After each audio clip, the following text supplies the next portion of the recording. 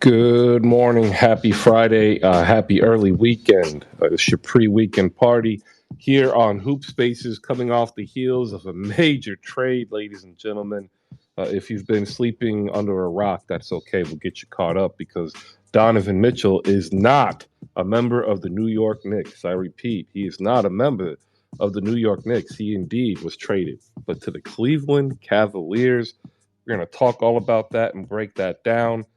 Did the Jazz win? Did the Cavaliers become contenders? Did the Knicks lose? We'll talk. Also, a couple other things. The Jazz aren't done. The word on the street after the trade was that they're looking to possibly move Jordan Clarkson, Bogdanovich, and maybe even a couple other pieces like Malik Beasley if he's eligible. So, hey, lots to get to.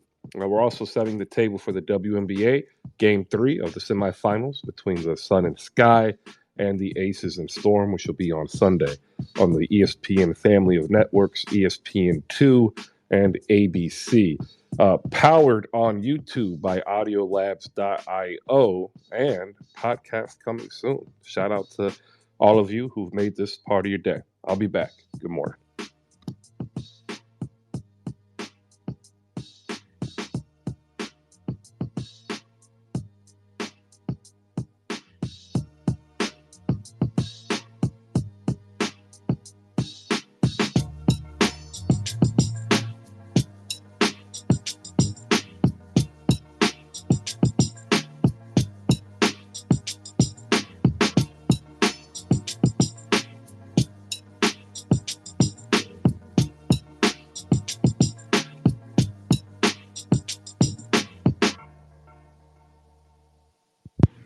All right. Good morning. Good morning. Good morning. And welcome to your Friday edition of your Labor Day weekend edition of Hoop Spaces. I got a good hour or so of talk in us today because, of course, Danny Ainge had to strike when everybody was getting ready to go away for a long weekend. If you are one of those who are not able to take a long weekend, don't worry. We'll be taking one for you. You can live vicariously through those who won't be doing a damn thing but grilling. Shout out to the content creators of Hoop Spaces, everybody getting ready for a fantastic season 2. Here, we're getting ready to launch basically what will be the daily conversation of the NBA, not only here on Spaces, but as a podcast form as well. So, big things coming in the future, powered by audiolabs.io, our partner that has figured out a wondrous process. So if you are a content creator here on Spaces, check out audiolabs.io to see how they can help repurpose your content as well. Tell them Hoop Spaces sent you. And I don't get paid for that. Like, that is me being appreciative as well as respectful of what they've been able to accomplish. So they're good people over there. Shout out to those who make Hoop Spaces part of the daily grind of life. Kent, just the old clam, the mud flats of Portland, TJ, J, Trent. I see you guys down there as well. What's up, Tristan? As I gave a shout out to all of the creators, I see Rico Suave in the building, part of 77 Spaces. We will be there next week, next Wednesday, I believe, 8 p.m. Eastern Time, 7 p.m. Central on 77 Spaces. I'll be a guest for a Q&A. I'm not going to lie, like, swimming starts, we get off of out of swimming, and we're gonna rush home as fast as we can to get there. Looking forward to it. I might actually drop in first from the car because hey, sun comes first.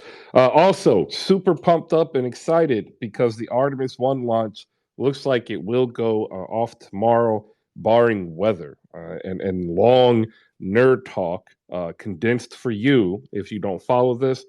They had a problem with engine number 3. Apparently, they didn't complete certain tests at the facility in Mississippi.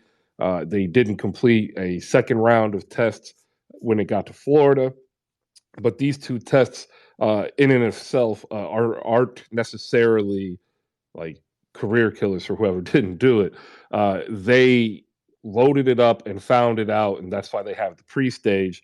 And they think they've re-engineered the process to not overheat and overload, and they believe that partly to blame is a faulty sensor reading. They replaced that, so good to go. If everything goes well, we'll have people on the moon by 2025. There you go. All right. Of course, you guys know, and you gals know, Donovan Mitchell is no longer a Utah Jazz. Funny story, as well as Donovan Mitchell has been traded to the Cleveland Cavaliers. We'll get into what the deal is in a minute, but this was the funniest part. Donovan Mitchell was golfing. Yeah, that's right. He was golfing when he found out. And when Mitchell found out that Evan Mobley, Jared Allen, Darius Garland, and Kevin Love weren't included in the trade, he apparently lost his mind and started running around and screaming in excitement. So shout out to Donovan Mitchell, who's made no issues known about what he really wants out or why he wants out of Utah. But he wasn't hiding the fact that he wanted out of Utah and specifically to get to New York. And we'll definitely talk about why that didn't happen.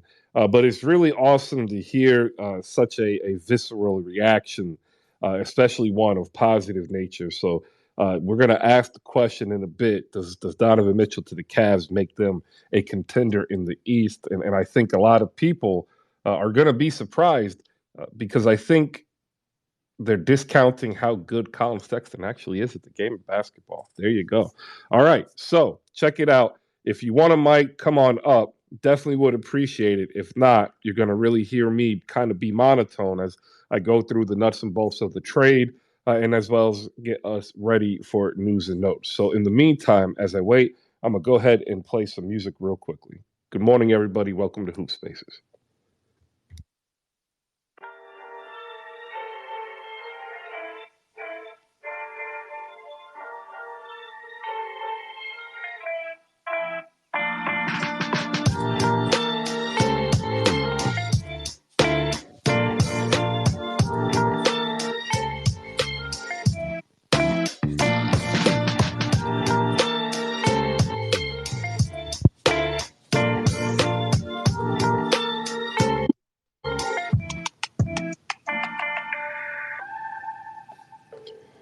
All right. We are back. I had to drink a little bit of water.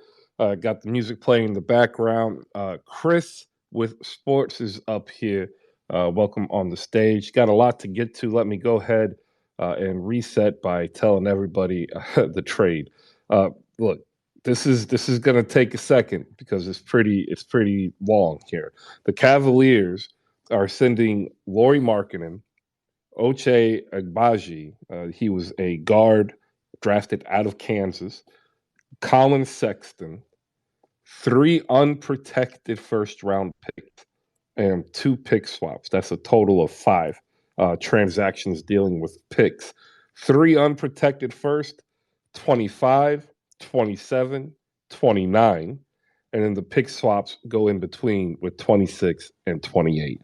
That is an absolutely amazing trade, a king's ransom, if you will, for Donovan Mitchell. Now, we all, and when I mean we all, like 95% population was pretty set on Donovan Mitchell eventually becoming a New York Knick.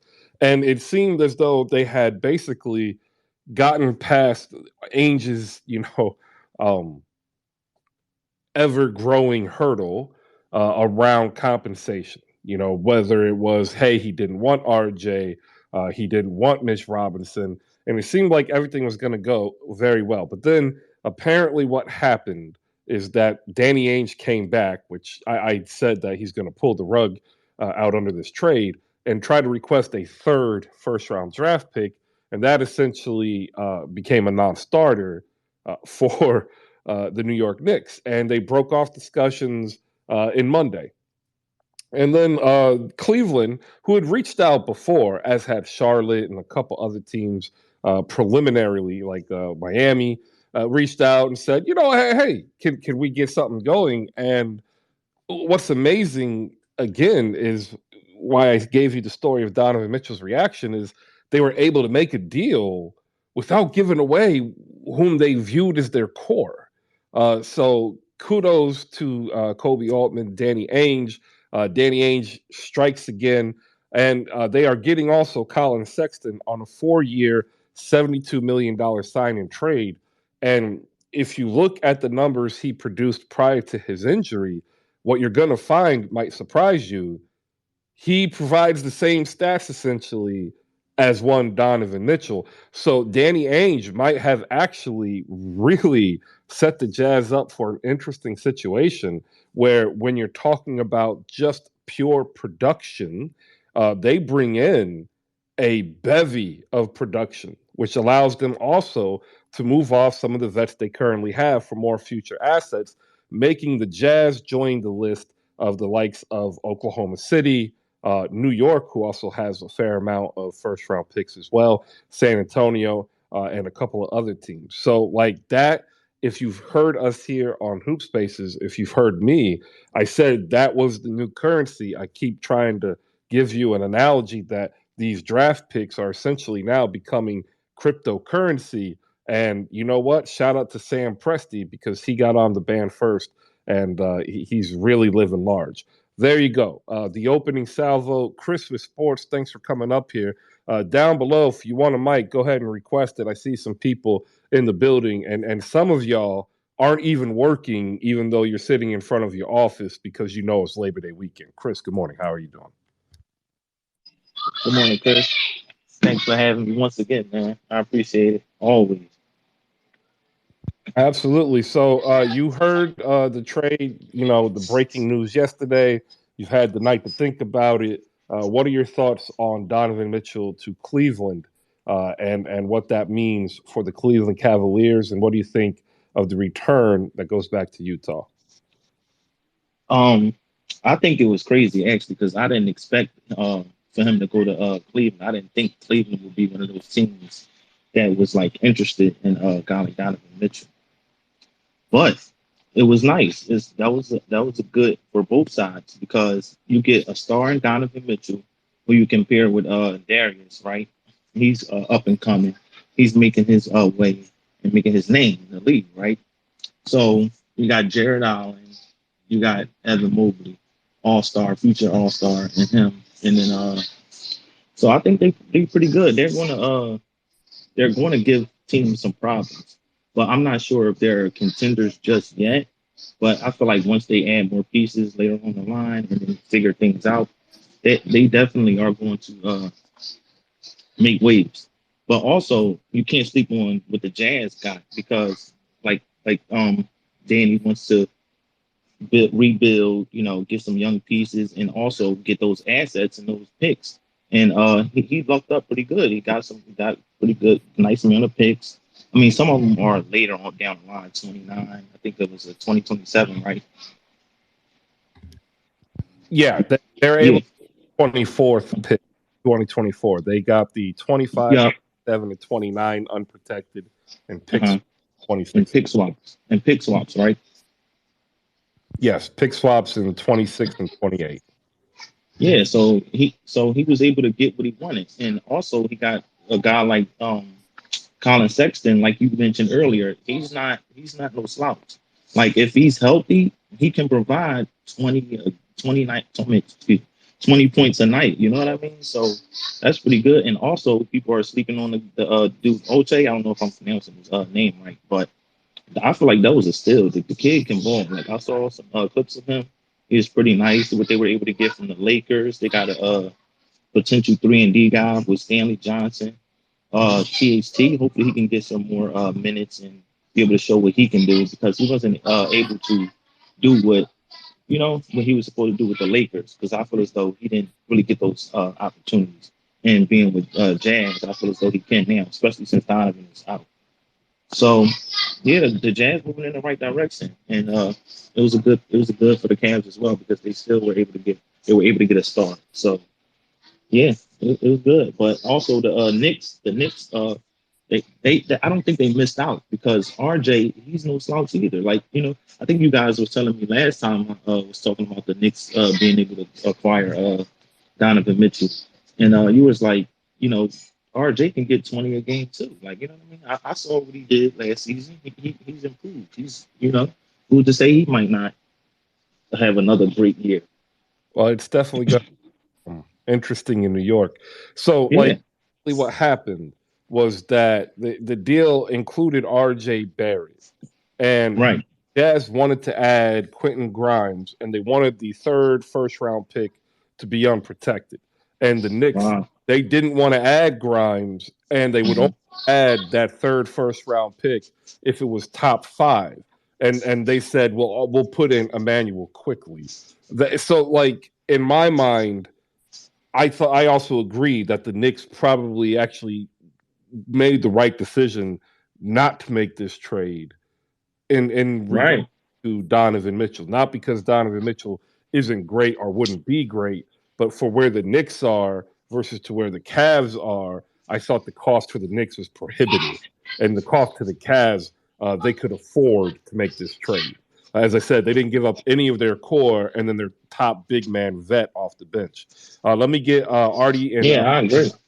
Can I say one more thing about the yeah, Knicks? go ahead.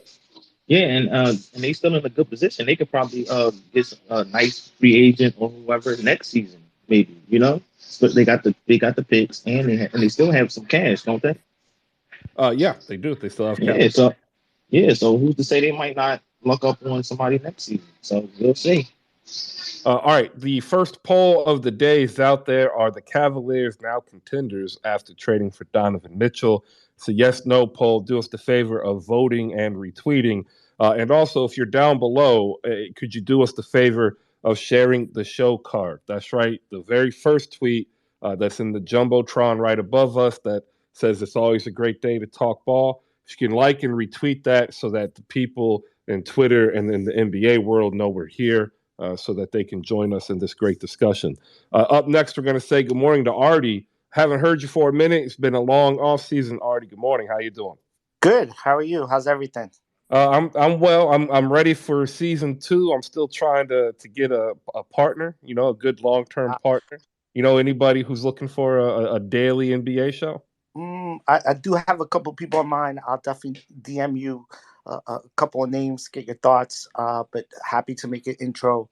Uh, but listening to the topic, I kind of from a Knicks perspective and Knicks fan and working there, I understand why the why they took a pause on the amount of assets that they gave. And if you recall, Leon Rose was Carmelo Anthony's agent, so he saw firsthand what the organization gave up to get Carmelo. So I don't think he wanted to be in a position where your cupboard is bare and you're capped with moves if you give up so much.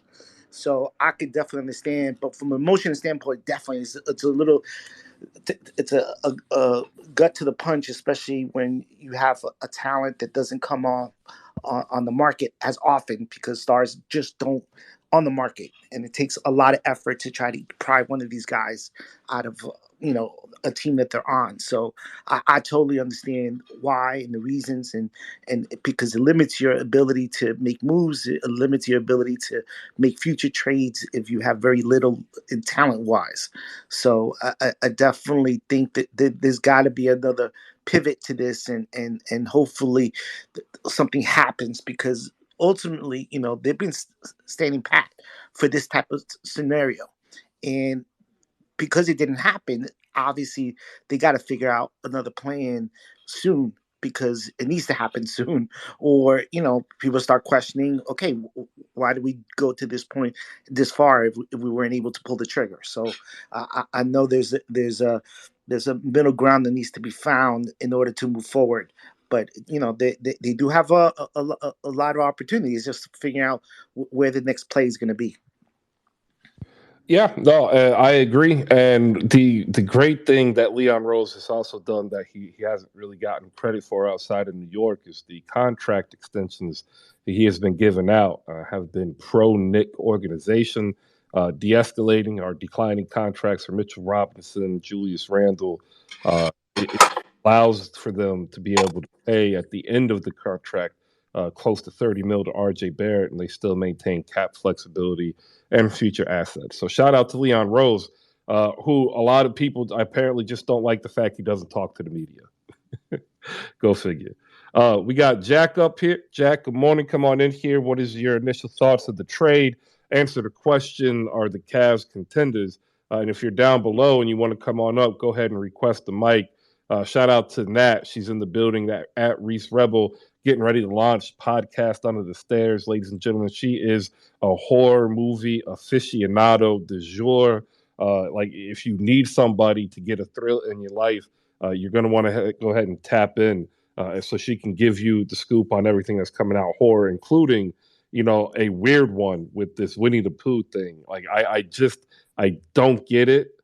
Right? Like, to me, there are some things that you just don't change for the sake of change, and Winnie the Pooh is one of those things. Like, they don't even, like, he doesn't look scary. Like, I don't want to say it. Like, I will get in trouble. Okay, I'm gonna move on. Jack, good morning. How you doing? Your reactions and your thoughts. Cavs contenders or not? Hey Chris, thank you so much for having me on. I'm gonna start off by pointing out the obvious. I'm a huge Heat fan, so when the whole rumors were talking about Donovan Mitchell and where he's gonna go next, a big thing at least this summer during the postseason was like him potentially coming to Miami because he had a lot of teammates that he knew had good relationships on the team like Bam Adebayo and Jimmy Butler. And also, funny enough to mention, one of the owners of the Utah Jazz is, I believe, Dwayne Wade. So he already has that door, that his foot in the door there in the organization. I honestly really, really wanted to see Donovan Mitchell in a Heat jersey. But I know that in hindsight, we would have had to get rid of a lot to get him. And I don't know if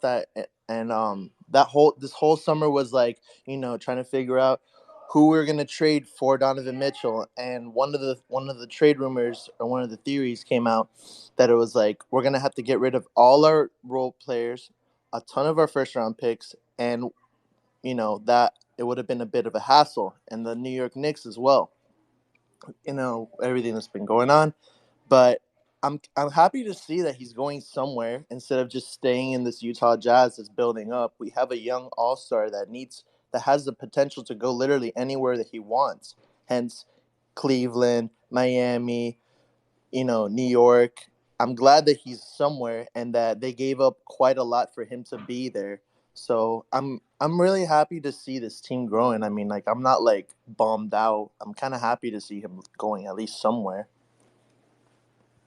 Yeah, I am too. The only thing that I think people will be bummed out for is that this might make the All Star game in Utah a little less palatable because usually you get like a big dose of that local star, local team star nationally. And I don't know what they're going to do this year. Maybe they'll do it around Colin Sexton. But while we're up here, Miami stood pat basically the entire season. Pat Riley seems to be asleep. Real quick, are you jealous? Like, I give us a score on your jealous meter, like out of 10. Jealous meter, I would say. I mean, honestly, like an 8. I really wanted to see Donovan Mitchell because I could just imagine in a Heat jersey. What can I say? And we were. I mean, yeah. I feel like jokes aside, Pat Riley sleeping. This was an inevitable thing. We would have had to get rid of a lot, and our team is really good as it was. We were at Game 7 of the Eastern Conference Finals, and we can get back there eventually. I think that our team is just building up, and we're gonna get better every game that comes on. So I don't know. All right. Yeah, y'all just need a wing and a big. Y'all good. A wing and a big. We have a lot of Yeah. players that are coming back that really didn't get a lot of play time, like Victor Oladipo. He didn't get real much play time until our home game with Houston Rockets, and that was a fantastic game, Depot Day. just Anybody know about Depot Day? yeah, just get ready to see a lot of Jimmy Butler and Duncan Robinson at the 4. That's all you need. I like Miami. Don't get me wrong, but man, like seeing what the East teams have done versus what Miami hasn't. Like every team got better except for two, and one of them is Miami. Yeah, that's a big thing. Hate to see it. Up on stage, we have her. At Reese Rebel 31 is the handle. Future host of the podcast Under the Stairs, current host of So You Think You're a GM. And we've been like, I guess, like not really doing bench warmers, but really kind of my fault. I'm kind of overworked a little bit. But we'll be getting bench warmers up when the season starts to allow us to have some moments of hilarity and debate. Hosted by one of the best voices that you can listen to for the Celtics. That's reasonable, rational, and not just crazy. And we appreciate that. Nat, good morning. How are you?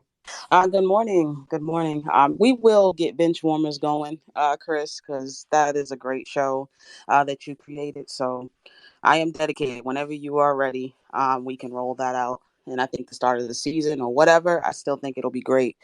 The reason why my horror podcast is taking so long is there was actually a copyright issue with the name. So I now am rebranded under the people under the podcast. The people under the podcast. There you go. People under the podcast. I was like, I can freak a name. It's okay. So now that I have that taken care of, now I can go ahead and launch my horror podcast and do what I do. So I'm looking forward to that October 2nd. I'm still looking for a co-host. So anyone who's a, diehard horror fan, has a different point of view, definitely let me know. DM me, and looking forward to it. Looking for someone that can play off my personality. And we can keep the conversation interesting and everything, and brings a different perspective. So if you're interested, just let me know. Now back to basketball. Listen, I love Heat fans. I love Heat fans. But we got to be honest. A lot of teams have gotten better. A lot of people say you just made something last year, and they say so we can do it again. I hate when people say that because it's not true. It's like it gets harder and harder and harder if you don't get it done the year before or the year before that. It gets harder, and what happened with the Heat is they stayed the same, and a lot of other teams that they were competing against literally got better. So to say, I get it, we love our teams and all that stuff like that, but you got to get better. You can't just stay stagnant, in this league and think, oh, we'll get there. You have an aging point guard. You have a guy in Tyler Hero and Duncan Robinson who I think should have been traded 2 years ago because I saw who they were. What? They should have been traded 2 years ago because you see Not what they Hero. are. You see what they are. They're guys that when you figure them out, you realize, oh shit, like maybe we're overvaluing them. I get it. You got the sixth man of the year. I think that award means a lot to you as opposed to looking and he didn't really perform well in the playoffs. A lot of people were injured. Okay. So Duncan Robinson didn't give you a lot. So you're going to hold on to him now. And I think that the issue with Pat Riley, I think he sees he held on to certain people too long. Other people got better, and now you have to roll it out and see what you do. As far as Cleveland, it is a wings league, but I love what they've done. I think that it was a smart trade. They're going to be much better than last year, and they were really good last year, minus those injuries. So I'm very excited to see Cleveland. I love when they do well, and it doesn't have anything to do with other people that were drafted by them 10 and 20 years ago. So they're doing great. As far as Utah, I am so happy that Daniel Ainge is not a Celtic. I'm so happy. Now everyone's going to see him hold on to picks. He's going to make 2 really good picks. And then the other 1,500 are going to be so mid. And he's going to hold on to them. And you're going to see, what a lot of us have been saying. And it's all good. But, that's what Daniel Ainge is going to do. I would have loved to have R.J. Barrett if offered, other than Colin Sexton. That's just me, I guess. R.J. Barrett, I think, is on the way up further than Colin Sexton and what they got from Cleveland. But, Danny liked this one, so whatever. But I really love this for Cleveland, and I'm excited to see them next year. All right. I definitely love it for Cleveland as well. I also love it for the Lakers. I love it for the Lakers because, like, there's no. I put a tweet out yesterday. It was a thread. There's no reason why now the Lakers do not use their 2 future first round draft picks for either the bevy of vets that Utah can offer them or Buddy Hield and Miles Turner from Indiana. And I think that's the next move. Like I said it yesterday in a tweet. I just happened to be on the phone when the guy actually heard it and we talked about it briefly. Like it's obvious that the movement's coming from Utah. But you have Bogdanovich, Conley, Clarkson, and Beasley that are all in some sort of mix or what. Great pieces, Chris. For oh, and Rudy Gay. Yeah, those are great pieces. So like you're looking at, and everybody's under 20 mil. So I think Bohan is making 18. Oh no, Conley's making 21. Bohan's making 18. Clarkson's making 12. Beasley's making 12. Rudy's making 5 to 6. So like all of these contracts will fit. So like you literally could build your bench, Los Angeles, to give LeBron James and Anthony Davis and Pat Bev, the new trio, the new big three, a good bench of quality vets to come off with. What say you, Nat, to that? We've got Chris next, and then we have Malika Walker and KP. Thank you, everybody. Good morning. I mean, like I was saying before, when it comes to the Lakers, I just don't think that there is a trade out there that's going to necessarily make them too much of a contender. I mean, if you look at a lot of people that are off the board now, a lot of players, I mean, they went elsewhere, they stayed put somewhere. I mean, I think that they'll be good. I think that they'll be better than last year, but what does that say? Last year they didn't make the play-in. Do they get a couple of players now and then they make the play-in? And then how does that match them up with Denver? How does that match them up, with the Clippers? How does that match them up, with the champions, Golden State? I just don't see it. So whatever they do, I just don't think it'll make them a contender anymore. All right, Chris, hop in here. What are your thoughts? Yeah, I just wanted to comment on that about what Nat said about Tyler Hero. Like, I agree with Duncan, right? But Hero, it's not like he was starting; he's coming off the bench, so he still can be very useful for what the Heat, want to do. So, I mean, I just don't agree with that. And then I forgot it was something else about the Sexton thing. Like, it wasn't just Sexton that got traded from Mitchell. They also got a young guy, Laurie Markin. He's 25, and then they got the guy Oche. So I think it was pretty fair. They did all right. Like, we get Donovan Mitchell as a star, but that was pretty fair trade. Do you think that Colin Sexton and Laurie Markkinen are better than having a budding star in RJ Barrett? Yes. Oh, okay. I like RJ, but they're no slouch. Like, RJ is not even better than Donovan. So yeah, it's killer. Yeah. Well, Donovan has produced more. I've definitely got no qualms to say that. But I think a lot of people just don't like RJ's game, and that's fine. That's fine. No, I love RJ's game. I love his game. But my issue is the package that the Knicks had offered would have to me been valued more than the package that the Cavs had offered because the picks would have been better. But that's just me. We'll get Malika Walker in. We got KP and Jeff Quinn has joined the stage. I want to give some shout outs before Malika goes. TJ Kiesel's in the building. If you are into adulting, and unfortunately you have to be because you're an adult, you should check her out. She goes through a lot of real life things that she puts in ways so that we all can learn. And what's even more is if you check her out on her show, The Kickback, you can dive into the worlds of sneakerdom. And I've listened to a couple because most times I'm just on the computer listening. I know zero. Like and it's overwhelming the information she has because I don't exist in that world. That's how knowledgeable she is. So if you do happen to want to know about shoes or you are a fan of sneakers, make sure you check her out. We have two of the Nets Kingdom crew in the building with Nets Kingdom AJ and Saint. They'll anchor some of the Nets coverage for Hoop Spaces here upcoming the next NBA season. So I'm happy to say, check them out. JP, the franchise is in the building, Rico Suave, and that's it for now. We'll get some more Sage Monroe was up on stage for like 8 seconds, ladies and gentlemen. I just wanted to point that out. Malika, good morning. How are you doing? Good morning. How are you this morning? Cleveland is going to be my must-watch league pass team. Yeah, I will be. I am a league pass subscriber every year, but this year will be at a savings. A nice savings. So excited about that. But I'll be. Cleveland's going to be must watch because with the Twin Towers, and then you have Donovan Mitchell with Darius Garland. I mean, I really like what they're going to have on the floor. I really like how the East is shaping up. The East is going to be fun to watch. And I need to figure out this VPN situation because I can't even watch the Nets, but I'll figure out how to get that done because I have to watch my team. No Yes Plus in the New York area.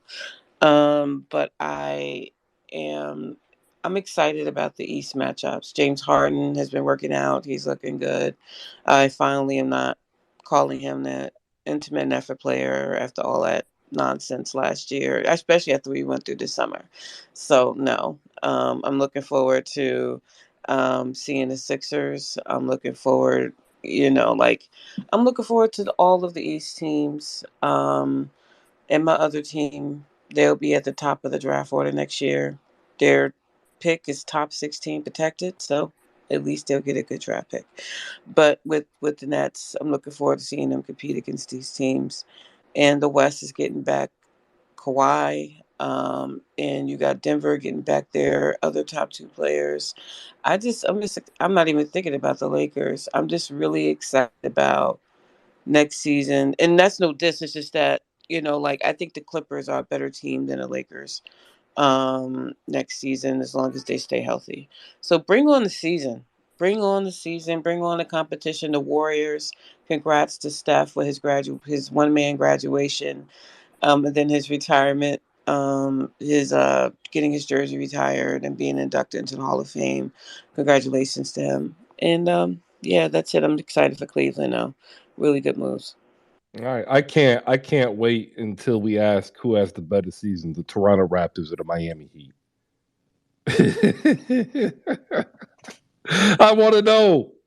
I want to know who No, has better. Toronto looks decent, but they're just hiding. I mean, I think they're a team that could just sneak in and creep up, but nobody's talking about Toronto right now. Everyone's talking about the teams that made the big splashes in the Who, offseason. who's better, Tyler Hero or Scotty Barnes? Oh, it's coming. It's going to be a great season. KP, good morning. The executive hate is in the building. News for those who don't know. The DC Fandom is over. I had no idea it existed until yesterday. Chris, stop trying to throw shade before I speak. I know what you're doing. I know what you did, but thank you for letting me up. DC Fandom has been canceled, but if you're a fan of Disney, trash. If you're a fan of trash and you're going to go watch that Disney showcase, a couple of things won't be there. Marvel's not going to be there. All the good stuff that you like is going to be video games, so they might as well cancel that too. But before thank you, Chris. You just ruined my whole thing. Are we hating on video games? You don't go to a conference to watch video games at Disney. So thank you, sir. I want to give a shout out to Nat. I'm excited for the horror spaces. I'm rocking with you 100%. I got another thing I'm gonna add to the pod, for the people. Secondly, this Saturday, if you are a fan of movie theaters, Cinema Day is on Saturday where you can watch movies for $3 in the movie theater. You don't got to bootleg it. You don't got to get a VPN if you're a fan of movie theaters. So this Saturday, check all of the movie theaters in your local area. On the app, it's $3. So if you like movies, do that. This Sunday, 10 p.m., have a double feature. We're talking Lord of the Rings, Rings of Power, and we're talking House of the Dragon. If you don't know what that is, it's okay. Come learn. If you do know what that is, come and educate. If you don't know what this is and you don't want to learn, come and get entertained because I will entertain you very much so. So 10 p.m. Saturday, I'm going to put the link up top and all that other good stuff. Thirdly, basketball. Or fourthly, whatever number I'm on, because Chris Messi and I can talk basketball for 2 seconds. I'm excited for Cleveland. I want to see them play Atlanta. I want to see those two backcourts play each other and see who wins. Shout out to Steph for not only getting his one-man ceremony, he got the key to the city for Charlotte. And then Malika said Cleveland is her must-watch. Is she Cleveland adjacent this year? Because I put out No, adjacent I'm last not. year. But I love hoop. I love hoop. I'm going to watch good Because games. you I said it's a mean, must. Because you said it's yeah, the must shade watch. ain't working. I know No, the no, no. Nets are You going to said be it's at the must. top and the You Hornets are said going to it's. be at the bottom. Shade You ain't said it's working. must. But keep going. You said last year Charlotte was must watch, and then this I year can watch any game Cleveland I is want to must watch. watch. It's hoop. Like, No, I'm no, but not you confined to just watch one you just team. you just What is that? emphasize much. I'm just asking questions. I just ask questions. I'm just asking questions, Malika. You know I love you. I'm a question asker. People want to know these things because the adjacent life is real. If you're a adjacenter, you can have any and many teams. But I wouldn't say the last thing, Chris, or two last things because you can't have one last thing. Shout out to the Knicks for doing the right thing and not selling out their team for Donovan Mitchell. They did something smart. Who knew? Who knew? On top of 34th Street, there's a smart person in that bum ass building, MSG or whatever they call it. And last, I'm gonna put a poll up top if you don't mind, Chris. I was watching one of my top 15 movies yesterday. And I asked who did it better in the tank top wars to save the world. Was it Jack Burton or was it Bruce Willis in Die Hard? So I want to know in the tank top wars who did it better. All right, ladies and gentlemen, he's asking the question: who did it better, Bruce Willis and Die Hard, the ultimate action Christmas movie, or some other movie that I don't think I ever watched? There you go. Make sure you. Big Trouble in Little China, Chris. Don't do Jack Burton like that. He was fighting Mortal Kombat while Bruce Willis was fighting Crypto Bros. Stop it, Chris. Stop it. All right.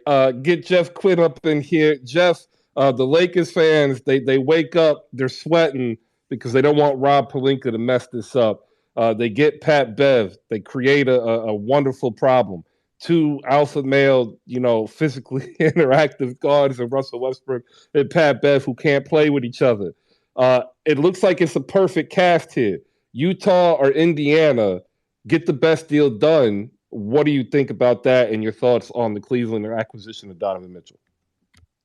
First, I want to speak on the Cleveland acquisition. I'm happy that they were able to make a big free agent trade. They deserve it. They've been trying for goddamn over 20 years, and they've done it. They've done it twice. So this is the second time. So I'm glad. I think this is going to be funny because this trade is going to really get narratives and storylines out of control because there's always going to be well, what did the Knicks miss out on? What did Miami miss out on? Depending on how they perform. So that's always going to be interesting. And I think this definitely puts them at a 4 seed. I really want to see what they're going to look like defensively. I think Donovan gives them that extra backcourt scoring they really needed for whenever Garland was the main option. So I think it's a team that you can't really sleep on. I mean the only real teams I could think of that I think could definitively beat them in the East would be the Bucks. The Nets are nice, but I don't trust Kyrie or whoever is their 2 guard on defense. KD's great, but and maybe the Celtics. I'd probably give them that too. But ultimately, I think this is great for the East. It becomes it's become a more top heavy conference, but it's going to be entertaining to see that race. And this trade also signified that my Lakers are cooked. Having to go through and be let down by 3 Hail Mary trades it's just bad. Chris, I really don't want to trade those 2 picks for the Utah package. That package to me is just shitty. It's just I can't do it. I would do it for Buddy Hield and Miles Turner because I think there's part of the fan base that really wants to keep those picks.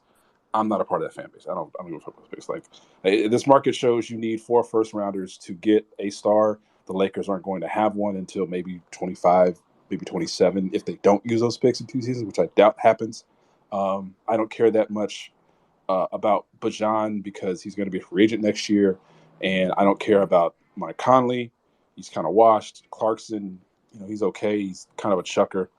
But Buddy Hield and Miles Turner, to me, maximize AD the most. I mean, they help Braun for sure, but they really help AD, which is what I think the Lakers should be looking at this trade as. I think we need to give up on this pipe dream of Kyrie being a free agent next year because that shit is crazy. Like, I mean, if all it takes is for him to play 20 good games in a row, he'll get an extension. So I don't know why. I don't know who the Lakers think they're getting in the free agency next year. I don't want to pay $20 million to Harrison Barnes or fucking Jeremy Grant. So no, I want that trade to happen. But I would rather either the Indiana trade or maybe one protected pick for the Utah trade. But if Utah and Danny Ainge can't accept one protected, then okay, I'll run it back with Russ, and that'll at least be entertaining because it'll be a war between Lakers fans and the Russ gaslighters. I see a couple of them in here, so it could be worse, Chris. Oh, we'll know 20 games into the season. we are pouring one out early here for Lakers and Lakers fans as they sweat out what should be an easy decision to maximize the small window they have with the healthy AD and LeBron. I agree. Is Kendrick Nunn ever going to put on the basketball sneakers again? Oh, does Kendrick Nunn exist? Like, is he a real person? Like, is he like a hologram, or what is he? I want to just say, like, personally, I hope he can play. As someone who's been injured in military service and has a degenerative thing, let's hold off on the jokes a little bit because now we're at the point where we could be talking career ending, right? It's like last year, like, okay, I got it, but if there's been players that this has happened to and they've never been able to come back. So like I'm actually hoping on hope here that this isn't serious. Just throwing that out there. Appreciate it. It's weird. Like his ramp up has been slow. Like he just got to 3-on-3, but he can't quite progress to 5-on-5. And I'm like, I don't know how long that's going to take. Like it took him a year to get to 3-on-3. I don't know how 5-on-5 is going to be. But we'll see. We'll see what happens. Yeah, I don't think any team would take him in a trade either. So I think he's here for the foreseeable future. Well, it depends, right? Like at this point in the contract in the real world, it would just be an additional $5 million added to the trade, and the other team would get some type of buyout arrangement with some medical, contract negotiations, so that Kendrick Nunn would still be able to physically train and recover to attempt to come back on his career. And then the Bohan, like the biggest news with him is he came out and said that this will be it for him in Croatia at Eurobasket. So like if you're actually getting him, that actually might be the best part of the trade because you're walking into basically a $19 million, expiring contract, which for the Lakers, that would be a boom. We got a couple other people. Thank you for coming in and making any part of your Friday part of Hoop Spaces. They got some content creators down below that I want to give some shout outs to. What up, Bibbs? Bibbs Corner, one half of the Mavs Outsiders podcast with Reese. Make sure you check them out. Rolo's in the building. He works with Rico Suave on 77 Spaces. We definitely appreciate you guys. And then a personal shout out, a man from day one back on Clubhouse, right? Even through his masters, he is here. That is our friend Warren. Warren, what's up, my guy? Hey, I can't wait to see what you got working on when you are free. All right, listen up. We are here. We got a couple of topics of discussion. We've got Danny A striking again. The Cleveland Cavaliers to pick up Donovan Mitchell in the trade. But more importantly, we have what seems to be like a finality of the NBA offseason. And we got training camp around the corner and the first preseason game on the 30th. So we're here talking with some good people. Up next, we're going to go to Gifted Blade, host of The Locker Room, a.k.a. at NBA Film Spaces. You can find that here on Hoop Spaces, on Twitter Spaces. Gifted Blade, what's up, man? Good morning. Hey, man, what's good, everybody, bro? I'm excited, man.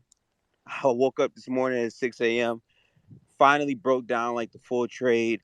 I gotta say this first, Chris. I'm low-key disappointed in you. Uh, And it's not that I didn't expect you to do this, but I don't know how the hell we went from Donovan going to Cleveland, Ohio to the Los Angeles Lakers. I don't understand the connection or the parallel to where you that's like you didn't a hear the relevant point. didn't hear the. I did not.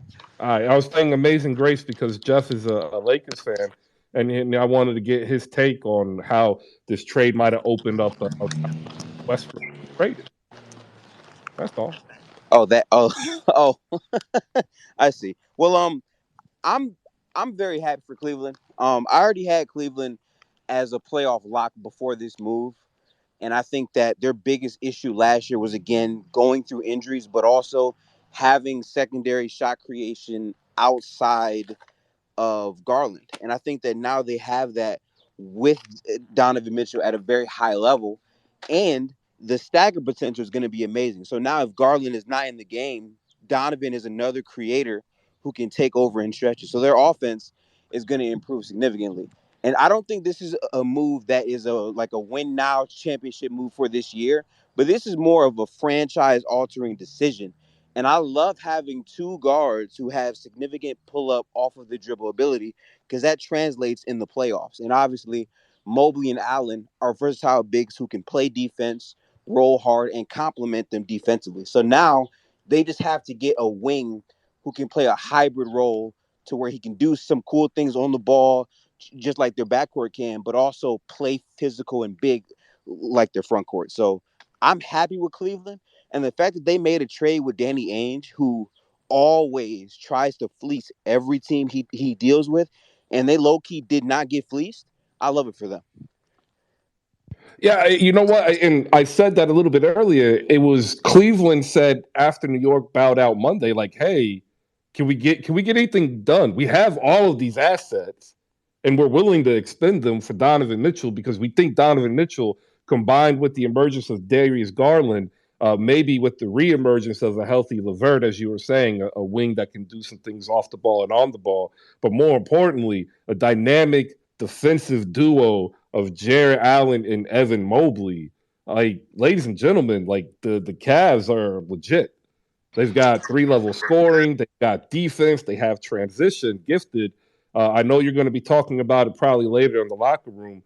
Um, their polls up there. Are they contenders? Yes or no? I don't think that they are championship contenders just because there is still a real question about the spacing that they have outside of their two guards and specifically that wing because you can bring up Levert, but Levert has proven to be injury prone and he is still not a positive defender like I think they still need. I still think that they can beat a lot of the teams in the East, but I still think there's a clear two or three teams in the East that I would take over them. However, they have like I don't know if people realize this, but they have the best backcourt in the East, easily to me. So You like, know what? I'm gonna get that up there. I'm gonna get that up there because Hawk fans, they gonna come at I you. don't see how the Hawks fan can even try to argue. Like this is Darius Garland and Donovan Mitchell.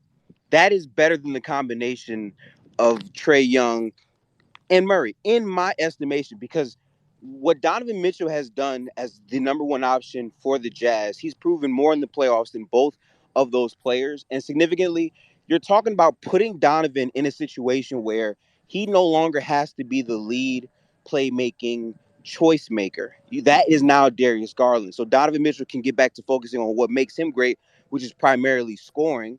And that's going to take the load off of him in many other ways. So I think that they have the best backcourt in the East right now, in my estimation. All right. Well, the poll's up there now, so you can vote. And we're going to go ahead and take a quick break here because, he came off stage. I wanted to make sure Scott could get in here. All right. Real quick, everybody, give you a good reset. Welcome to Hoop Spaces. We're getting ready for season 2, ladies and gentlemen. If you've been able to pop in here at any time during last year, we're grateful for you starting to come back in as we get ready for training camp and preseason to open up.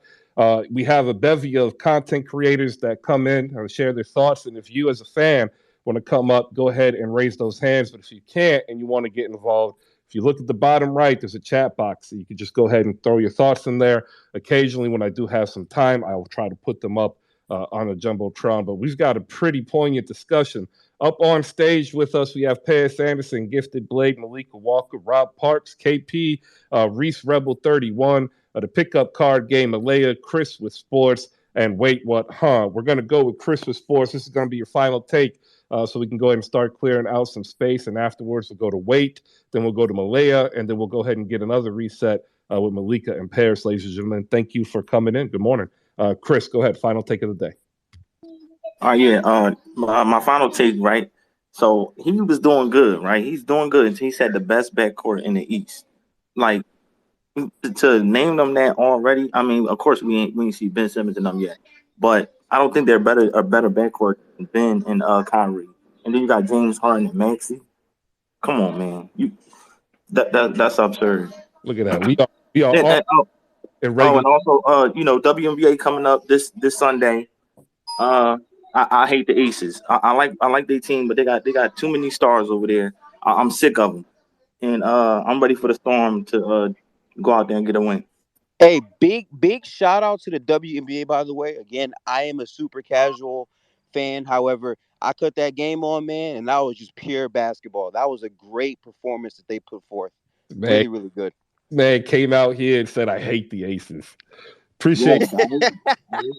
We'll see you Monday morning when we do the recap. Ladies and gentlemen, it's actually on the ESPN family of networks. You have ESPN2 at 1 p.m. For the Connecticut Sun, Chicago Sky, 3 p.m. ABC for your Seattle Storm and your hated Las Vegas Aces. Chris with sports, appreciate you, man. See you next week, bro. The WNBA super team. Right? All right. Ladies and gentlemen, we're going to let her cook. That just means she's going to say something. We'll figure it out later. Malaya, good morning. Okay, Chris, get your life. Bless your heart. Eat your little Taco Bell breakfast taco. Whoa. What the heck you doing? Yeah. I'm gonna go on food, yes, because we don't do Taco Bell breakfast tacos here. Okay, like if we go to a spot that's a fast food joint, we only go to Taco Cabana. And if there ain't no Taco Cabana, we ain't going for breakfast tacos unless it's from a taco truck. All right, there you go. Those are the ground rules of breakfast tacos. Okay. Yeah, we know. Just anybody up here or down there, listening. We all know Chris has an issue with food for some reason. And then also Michael Jackson, and I believe it's in the mix. I'm not gonna go there because when Chris will get on my nerves, I'll really get him then. But I'm just saying, I'm in my speech. Thank you.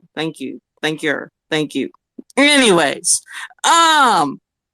congrats to the Cavs. No, and I'm not gonna give no more roses because I don't really care for the Cavs. I have my reasons and I have other reasons why I don't care for the Cavs. Okay, but good for them. They got Mitchell. They was able to beat out the Knicks with that, and we all know since Commissioner Stern got that little icicle ticket thing out of that little thing back in the 80s to get Ewing, there's been a black cat run through that whole franchise. So that's the reason why the Knicks haven't been getting their life, because since that little curse thing when Stern got that little icicle thing there, frozen thing out of the big little spinning wheel to get Ewing, there's been black cat through that thing. Okay? And it's very sad. And I do feel bad for the Knicks. The Knicks should be crying more than anybody. They're really anybody, though. Because they just need somebody. They need somebody. We seeing Stephen A crying this morning. Just crying.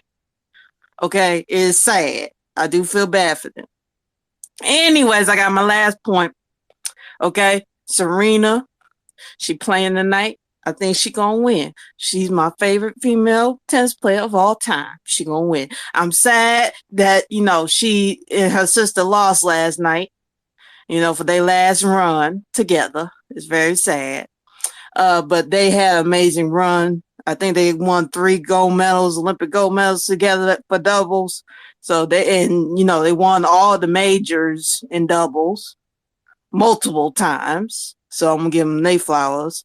My boy Raffin Nadal won last night. He's also a tennis player. Y'all don't know, and he will be the greatest on the men's side. So, and also shout out to my girl, the GOAT, Candace Parker.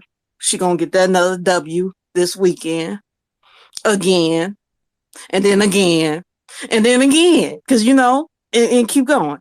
But yeah. So that's all I have to say. Thank you, Chris. Even though you have a food issue and a lot of other issues, thank you for allowing me up. And hi to everybody up here. I love all y'all. I got love for y'all. Just saying, I love all y'all. And y'all down there too. Okay, I yield my time. All right, I don't have a problem with Michael Jackson. He's simply not better than Prince. There's similar things with food, and I will cook you when you get on my nerves. You get on my nerves, I will cook you on that. I'm just letting you know. Pause. And I spelled simply incorrectly, ladies and gentlemen. I can't wait for edit feature from Twitter to come out. Like they need this. I need this. I have Twitter Blue, and I still do this. We're gonna go to Wait. What? Huh? He's got some music and some sports and some natural vibes, ladies and gentlemen. And he's got a very serious emoji as a PFP, so it makes me worried. Appreciate a follow as you're up on stage. Wait, what? Huh? Do you have a name you want to go by? Because that's actually kind of phonetically difficult to say consistently. First off, salute to the panel. Shout out to the chat. What's good, y'all boys in the space building. I am a Brooklyn Nets supporter, not a fan. Fans are delusional. For me, I appreciate that Danny Ainge did not give New York nothing. They don't deserve shit. They never deserve shit. Brooklyn run that town, and I'm proud of it. Like I said, we got spooky hours up incoming. We got Ben 10, not Ben Simmons, coming in, and I like the fact that a lot of people is missing this. I heard the young lady before me said something about Stephen A. Smith. A couple years ago, Stephen A. Smith, out his mouth, said Ben Simmons is a jump shot away from being the next LeBron James. Guess what? He's here and he's ready to show out. And he's going to show out for the Brooklyn Nets. That's why we got 7-11 back. We got Ben 10. Shit about to get crazy. I like Cleveland, where they're going to remind me of the Eastern Utah. Beautiful, nice and gentle. But like I said, two guards that's too small. I don't know why people are forgetting. Marcus Smart and Jalen Brown destroyed us in the first round, and we play guards that's taller than motherfucking Cleveland's. But anyways, I'm gonna let that digress and hope y'all pay attention. And that's all I gotta say. Shout out to Brooklyn. All right, appreciate it. Everybody do us the favor. We can only have so many f bombs because of how I'm trying to upload it, but everything else is great. Points too. You want to get points. The more points you get, that's this sound, the better. Like I'll tell you what you win when I figure that out. But when you hear Chris, hilarious, man. That means you'll get a year supply of Pop-Tarts from Chris. Bro, don't start with the Pop-Tarts. Please don't start with mid. Like, exactly. Like you woke up this morning and yet you could have had a breakfast taco and you up here talking about Pop-Tarts. Unbelievable. Let's get a reset, everybody. Thank you for popping in. Big news of the day of yesterday. Donovan Mitchell traded to Cleveland. We're getting a reaction. Polls up. Does this make Cleveland a contender? I happen to think it does. Sometimes you want to go the route of getting two top 15 players, a la Philadelphia, a la Brooklyn. The other time, you want to get a competent six-man rotation. And that's exactly what Cleveland did. They traded out depth. They solid, a six-man unit that's going to be good, and they're going to hope on internal development to bring up their 7th, 8th, and 9th guys. All right, up next, we got Paris Anderson, and we're going to go to my friend, the Pickup Card Game, which you can pick up your copy over at slamgoods.com, and we're going to get ahead and get his thoughts as a Knicks fan. But Paris Anderson, ladies and gentlemen, I have to give this man his credit. It has been a year almost to the day that this man said that I worked for the Sacramento Kings or that I am working for the Sacramento Kings. I am doing neither. And people still believe him. Like people still randomly, shout this out, and I can't shout it down. Shout out down below to the Cortland Christian in the building. Shout out to John Lynch in the building. Shout out to Lakers Guru in the building. If you need some Lakers love, shoot him a follow. Late Night Lakers here on Spaces, and the man is a genius, and unfortunately, he has to deal with the overly delusional fan base of which I just dip my toe in from time to time. So salute to him, because it's real out there in them Lakers streets. We'll go to Paris Anderson. Good morning. How you doing? Good morning, everybody. Chris, man, I hope you're well. It's been a while. I wouldn't expect you to be here. You've been getting so big with interviews. I definitely thought you would have reported to your Sacramento office at this point. Real quick, you introduced me. I appreciate that. But then you go, we're going to go to my friend pickup card game. Am I not your friend? Don't answer that right now. We'll get into it. 76, ladies and gentlemen, 76. Take a moment of silence and think about the number 76. No, I'm not talking about Chris's Philadelphia 76ers. I'm talking about the year that the NBA has been in inception. Okay, 76 years. And here we are. Okay. October 18th is ring night for me, not anybody else, because I'm a Golden State Warriors fan. But let's not get Me into that too. right now. Me too. Let's Me go. too. Okay, shout out to Go you. Shout out to you. Warriors. Go Okay, Warriors. Paris, I Go see Warriors. you. I see My you this turn. morning. Thank you. Appreciate you. Shout out to everybody gifted. What's up? I see you. Let me get into the Cavaliers real quick, and then how idiotic the Knicks are, and they'll forever be a laughing franchise. They're like the Cirque du Soleil of the NBA. You kind of just go to see a lot of hoopla. You're not expecting anything. Um, the Cleveland Cavaliers have put themselves at the king of the play-in or top five. We've seen what they did last year. You put Donovan Mitchell on that team. Oh, come on, guys. You keep Garland. This is going to be interesting. Like, I like what Malika said. This should be league pass worthy. Like, every one of those guys got to watch out. Atlanta got to watch out. Ball got to watch out. In North Carolina with the Charlottes. Like, these people at that tier, they all got to watch out. So I like that. Okay. Back to 76. Ladies and gentlemen, hear my voice and hear it well. This is a special year in history. Okay. LeBron James has 4 NBA titles. Curry will get his 4th ring tonight. You got the Warriors, you got LeBron. Okay. Going into year 20, even Kareem, like, this is going to be so exciting, Chris. I can't wait to watch. I'm so excited. Let's go, man. Let's do this. Time. All right, appreciate it, man. I probably could have been hired if it wasn't for that joke.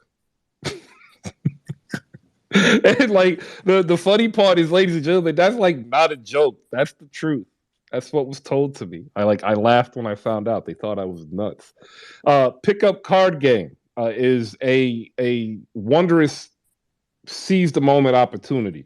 And I say that because oftentimes you sit down and you have an idea or you have a thought and you know it's good and you just don't put the time or effort into it because you have to live your life. This was somebody who has a passion for hoop. He balls. He hoops himself, and he has a passion to share that love. And he built the game so he could share that, with children and his family and his friends. And it's taken across the basketball world hold of the hearts and minds of everybody who's played it. And that is the pickup card game. You can actually get your copy over at slamgoods.com for only $25. What's up, man? It's good to see you. I know you're back doing your actual grind, which is shaping and molding young minds of the future. But this actually directly impacted your favorite team because you wanted at one point Donovan Mitchell to be traded. Maybe you waive it at the end, but you had to have. Your feelings, your fallout, and anything else you want to add in. Yeah, good morning, Chris. Good morning, Who Spaces. Thank you, Chris, for that intro. I always appreciate the love you show, man. It means a lot to me, and I hope your son's doing well. I know he's one of our biggest fans, so much love to him as well. So talking about this trade, man, number one, I have to give Danny Ainge his credit. He's come in and he's executed on what he came in to do. That was pretty much to get a bunch of draft picks and try to do what he did in Boston, and take shots again, maybe at the next Jaylen Brown or next this next superstar, right, who could be that big guy from France this year. To me, I think Cleveland as well, right? I mean, Cleveland is not a free agent destination. So for them, they have to be creative in how they get players. And so they have a bunch of really good players locked up until 2025 and beyond contract wise. So I think that their window to get that wing player, that small forward, right, who for now is going to be Karis LeVert, but they can find someone else next year, right, and fill that role. So I think they have a nice little 3-year window to make a run, which as a small market team, kudos to them. So I think it's a win-win for both teams. As a Knicks fan, yes, I would love to see Donovan Mitchell as a Knick. He's from New York, right? He's a Mets fan, all this stuff, but it wasn't worth the asking price. And so I respect Leon Rose for saying, "Nah, I'm good. Like I'm gonna take my young players and see what we have here, and wait till the next guy becomes available, right? And know that we have a stockpile of draft picks. So I'm okay with what happened. I just hope the young guys aren't affected mentally by the trade talks and what's going on. I hope they can kind of come out and ball next year. But otherwise, man, I'm cool, man. I haven't lost sleep about this trade, and I'm happy the Knicks did not overpay. That's all. All right. Hey, I'm happy for you because the Knicks didn't overpay. And, like I think every New York fan, when they sit down and look at what was being involved, I think they're pretty happy too. Yeah, and honestly, if Obi Toppin, Emmanuel Quickly, right, Quentin Grimes play like 20, 25 minutes next year, those guys will ball out, and then their trade stock only goes higher, right? And so, like, Danny Ainge went for more proven guys in marketing who has played 30 minutes and has been a starter, right? He went for a guy in Sexton who is going to be a work hard, come in there and just play ball, right, type player. And he got him for a pretty cheap contract. So Danny Ainge made a good move for himself, but I think the Knicks can let these young guys play and see what you have, and then if you want to make a trade for who knows who, right, SGA or who knows what, hey man, those guys' value goes up, and you can maybe give up less draft picks. So I am cool with this as a Knicks fan. I just hope we can kind of let the young guys play. That's it. Let the young guys play and get Julius Randle and Evan Fournier someplace else to show their skills, because their skills aren't what we need right now. I'm sorry. I'm okay with Evan Fournier. I'm not trying to be a 9 seed or a 10 seed. I'm cool with that, man. All right, I appreciate it, and there are also a lot of other Knicks fans that I know who would agree with you. All right, we've got 3 hands up. We're going to clear these 3 hands. We'll get a reset, and we'll reset with the opening to Rob Parks and Sean with a W. But first up, she's the host of the Rewind, and if you haven't heard, you can actually go and check out an interview that she just had with the author Jeff Pearlman, talking all things Shaq, Kobe, and Phil Jackson. Malika Walker, once again, good morning. Good morning. I raised my hand because I forgot to congratulate Nat on her new podcast, and she's not even on stage. I'm just realizing she's not here. But like I didn't see she wasn't here. But I want to also show love to Gifted for the spaces he's been having with the locker room and the content he's been creating on YouTube. So I'm just showing some love and watching the format because I'm trying to figure out my podcast and my format. So I want to show you some love. But in terms of um, Cleveland, I just want to reiterate, I really like the move that they made for their team.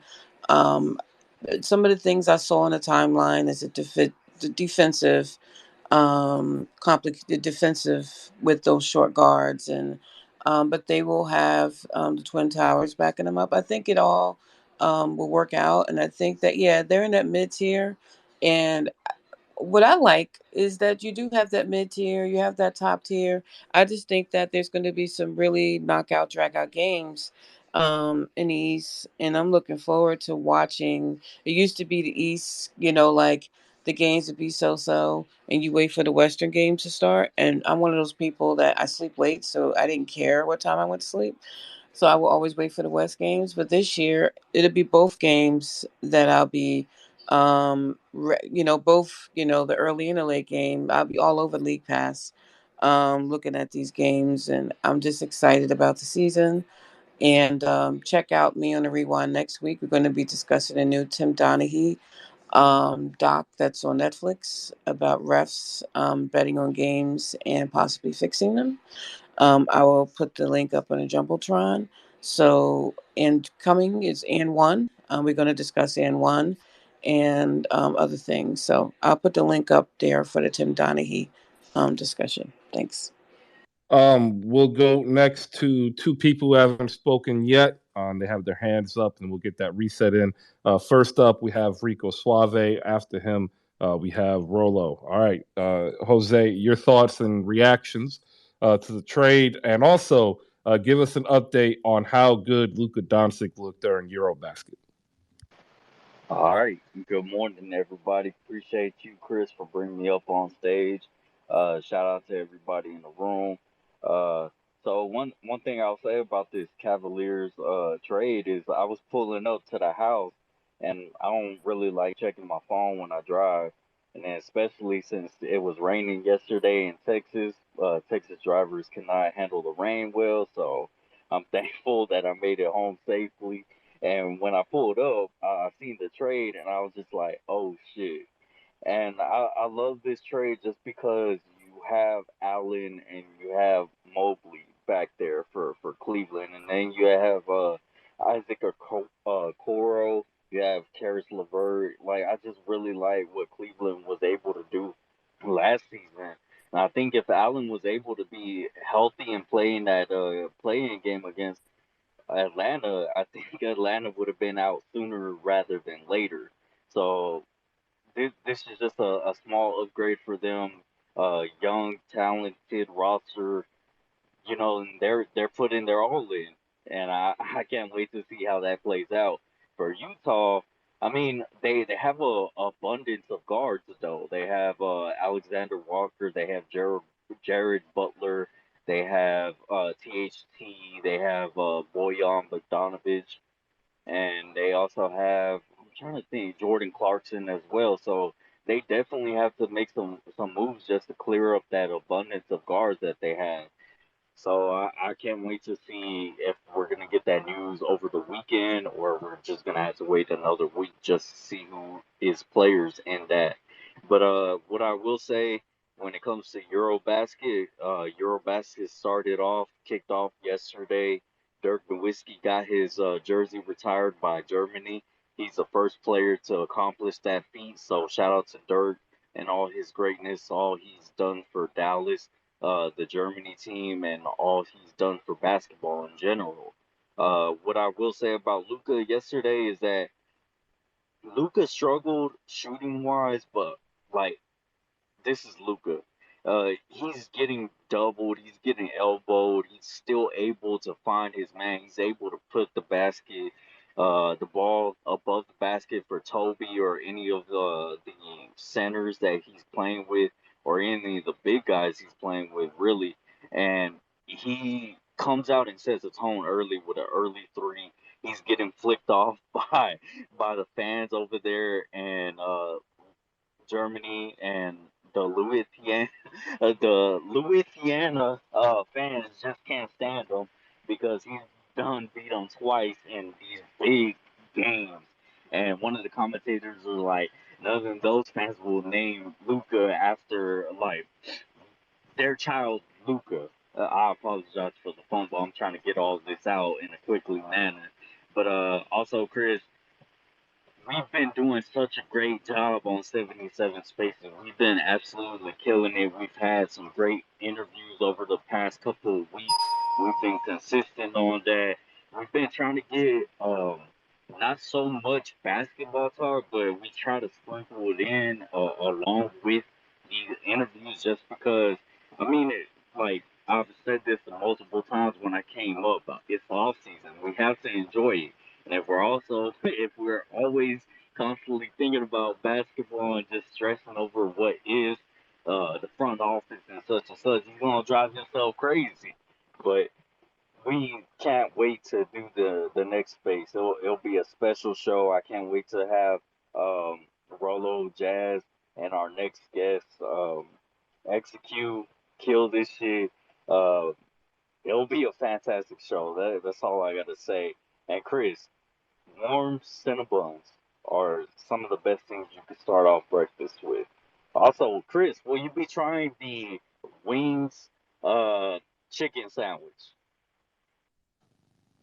First, the response to Cinnabon. Sure, it's perfect if you like something that is so sweet that it's inedible. If you happen to actually like real food, you would pass on what is nothing more than diabetes and coronary heart disease in a box. Like real talk. What was the other question? Are you gonna try the Wingstop wing sandwich? Well, I don't eat at Wingstop. The Hey, disrespect. you ain't supported Rick Ross? Well, I don't eat at Wingstop. That is that is not it, as the kids would say. Like for real. I had them once. I didn't. I I appreciate the time. Appreciate you, man. Yeah, no doubt. Yeah, like you know what the Wingstop is like the Chipotle of wings, and like that's just disappointing. Yeah, I've seen some bad things about that sandwich and people's bowel movements afterwards. So tread carefully, people. Be careful. Like and no, well, I mean more than I don't eat at Wingstop. Like I maybe I tried. If you want me to try it, I did the same thing with Zaxby's. I don't eat at Zaxby's, but somebody wanted me to try it because they wanted to hear what my reaction would be. And let me tell you, like that was the worst chicken sandwich that I've ever had the displeasure of giving over money. Like it was bad, Zaxby's. Like it was really, really bad. So like I can only imagine that Wingstop is about that bad because to me, like they're about the same restaurant quality, you know? Like, hey, whatever. Rolo, what's up? I am Man, what's up, Chris, man? What's up, man? First of all, that's a lot of disrespect coming out of your mouth to Wingstop. Wingstop is at least like a once a week thing in my life, in my household right now. That's well, number one. I But you gotta personally get them extra crispy. I You did, personally want to say I'm sorry for you. man. Them lemon peppers is special. I don't care what you're saying. Wait, They you special. go to the place that sells bad wings and you get the worst flavor? What is wrong with you, Chris? Let's talk about the Cavs, man. I'm not about to do this with you, man, because this is getting nasty. This is getting nasty. Okay. All right. So the Cavs. All right. The Cavs. I like the addition of Donovan Mitchell. I think it's an open hand slap to the goddamn Knicks. I feel like the Knicks, with if the offer that they offered them in July was an offer, I think Utah just basically just want to slap the Knicks in the face because I'm like that offer with Obi Toppin, Mitchell Robinson, and RJ Barrett. Oh, with those, I think it was like three unprotected or three first round picks, and they still didn't do it. I was like, man, that's just disrespectful, you know. But the Nick fans, I get it. You know what I'm saying? Y'all saved y'all. They saved y'all from yourselves. Put it like that. Y'all didn't. So to sit up here and say Leon Rose did some type of thing, that's nice and all. He said what he said, but to me, I'm looking at it like, no, they saved y'all from yourselves because I think that the Knicks' problem has always been trying to find that next big star, always trying to find the next quick fix to get a championship rather than trying to build with the young guys that they had. Trust me, pick up. I know because I'm a Melo fan, so I've been there around and I watched Phil Jackson mess up the organization for sure. So I'm just saying it in a sense of this. I'm proud of the Knicks for doing this, like so they can develop Emmanuel quickly. I want to see what he looks like. I want to see what Obi Toppin looks like. I want to see what these guys do and gel together. So I think it works perfect for the Knicks. Now for the Cavs, I will say they'll probably be what 5, 6, maybe top 5, 6 in the East. It doesn't move them past the needle of some of the other teams in the Eastern Conference, but I still like the addition though. Donovan Mitchell, Darius Garland will be sick. If Evan Mobley is stretching his range to that 3 point line, like he's been showing even more, and he's still like knocking those down, I think that's going to be the big thing for them just for spacing wise. Because I don't know how good of a shooter Isaac Okoro is. He's a great defender. That's probably something Gifton have to let us know more about. But I'm like, I went go try to watch a little tape on him, but I think he's like just a defender or something like that, or something like that. I don't know. But I think that's where they're going to be. Is the biggest key for them is losing that Laurie Markin and with that shooting and that stretch big. But we'll see. But that's pretty much it, man. I didn't want to go too long, Chris. I know you got a lot of hands or whatever like that. So we're just pushing. And the Pels will be back next year, top 4 seed in the Western Conference. I said what I said. Wow. Pels top 4. Yeah, I'm not quite there yet. I'm not. I always got to end mine with something. You know what I'm saying? You know how I gotta go. Top Well, 6, Chris. Top 6, though. I mean, I, give him top 6. see Yeah, the, yeah. the issue that I have is everybody has to project without knowing what Zion's going to be able to do. Last time we seen him, what was I'm he not like? worried about Zion at all. Like Same. I'm 61% not from the worried. field, Chris. You know what's funny is like people say they ain't worried about Zion until they worried about Zion. Like I just want to see him play. You're right. Basically, what You're you're right. saying You're right. is you're expecting some massive injury to keep him out again. I'm saying if he's on that court, we know what time Mm, it is. I'm saying that I that's what's. see him play consistently. And if he plays consistently, I could see them as a 4 I through mean, 6. but Chris, the problem is like the framing of that is as if he gets hurt all the time during the regular season and goes ins and out. That's not Zion. A major injury is the only thing that has kept him out of significant play time. And the last time he was healthy, he played the majority of the games, albeit a shortened schedule. So that's why I'm not really afraid. He doesn't get ticky tack stuff. It has to be a significant injury to keep him out. Well, yeah, the issue that I have is that the ticky tack stuff doesn't normally start first. It comes after, right?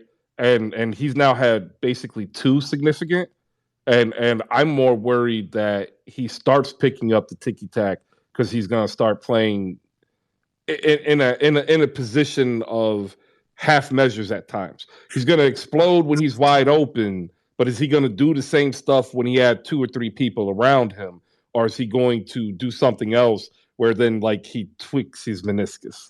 No, Like Yeah, yeah. that still sound the same a little bit, but I'm telling you right now, Zion is in the best shape of his life. You know what I'm saying? So I think that he's gonna be. It's gonna bro, be a season where you're gonna see that from him. nothing to do with physics and torque. Yeah, I know what you're talking about. I know what you're talking about, Chris. Yeah, I'm just saying in general. Chris, I'm with you, but I mean, if we're talking Zion next year, right, and that's different than talking Zion 5 years from now or 10 years from now, when he's like a guy like Westbrook, where he's lost his like natural jumping skills and what makes him special. But I think next year, Zion kind of having a year to rest and recover and being in great shape.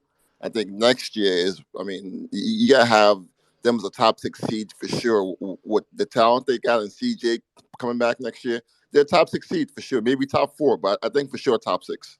Yeah, I'm not, and I'm not gonna lie. Full disclosure: the reason why I'm hesitant is I view Zion as like this generation's Bo Jackson. He just happens to play basketball, right? So, like, what is or would be a traditional minor injury because he's that athletic. Javon Curse went through this as a Russia. The ticky tack injuries were actually more severe because of the physicality and the corresponding higher level of torque on a smaller joint. That's all I'm referring to. I need to see him play consistently within himself to show me that he's learned how to minimize that risk. And then if he does that, which is probably about 55 games, that puts them at 4 through 6, specifically with CJ McCollum leading the team as a point guard, putting the people in the right position. And let's not forget the health of Brandon Ingram. He kind of finished up. Happy birthday to be out today. Oh yeah, there you go. Happy birthday to Brandon Ingram.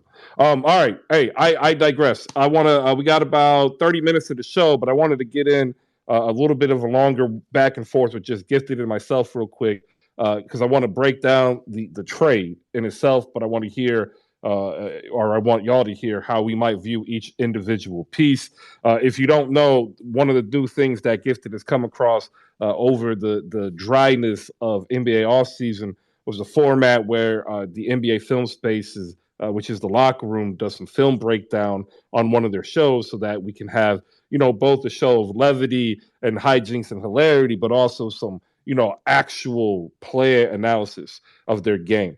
And in here, we have a phenomenal trade for Utah.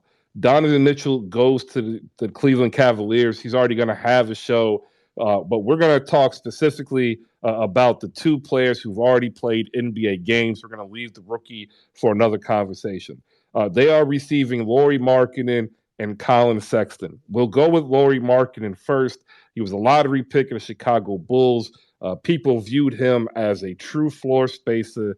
He's allergic to rebounding. He can't really give you rim protection, but through the course of him being a pro, he's learned how to do solid help defense and lane containment. Lauri Markkanen, 15 points, plus 2 3-pointers per game, 48% from the floor, 85 from the line. That is what I'm seeing Lauri Markkanen do for Utah at about 28 minutes per game gifted. What do you see? I think that's fair. I might tune the 48 down just a tad bit, considering the lack of talent on that team. I also want to quickly expand on the shout out you made for the locker room. On Wednesdays we do player analysis, so I literally highlight a player in the NBA and we break down the film.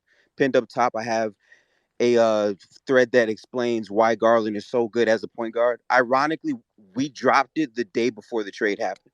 Very hilarious. But as far as Lauri Markkanen is concerned, you're absolutely right. His presence on the Cavs is something that gets severely underrated. He can be allergic to rebounding because he had Evan Mobley and Jared Allen be the rebounders to make up for that slack.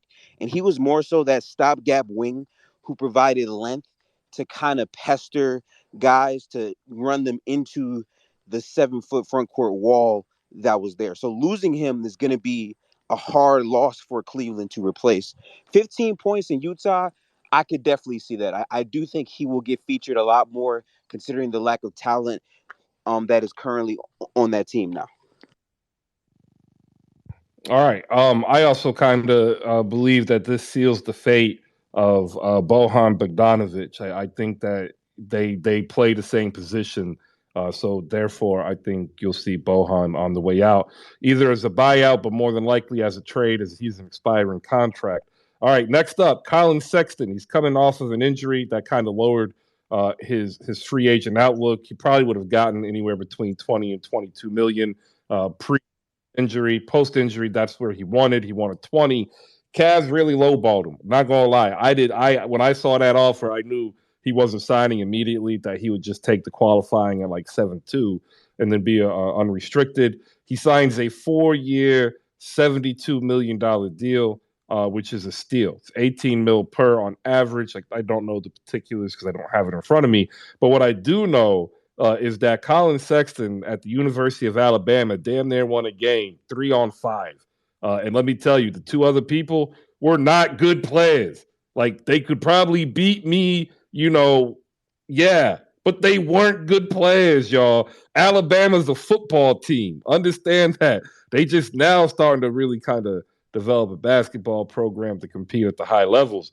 But this dude was the truth. Also, he walked in to the Barclays Center, walked into the Brooklyn Nets locker room, walked by everybody, slapped Kyrie Irving on the knee, told him lace him up, and then proceeded to give him buckets. But that is to say, the Brooklyn Nets did win that game, so they ultimately got the last laugh. All right, he's coming off an injury, but he's going to get the lion's share. I see him at 34 minutes per game.